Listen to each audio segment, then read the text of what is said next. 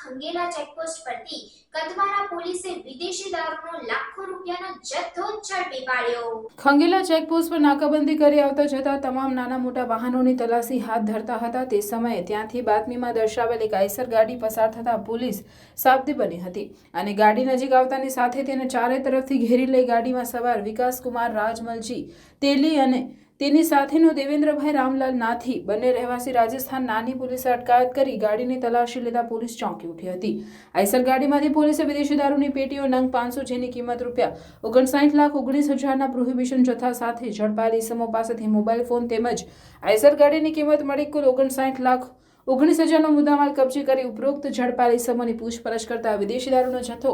ગૌતમ સેન રહેવાસી રાજસ્થાન, વિદેશી દારૂનો જથ્થો વરી આપનાર, દારૂના ઠેકાનો માલિક, વિદેશી દારૂ મંગાવનાર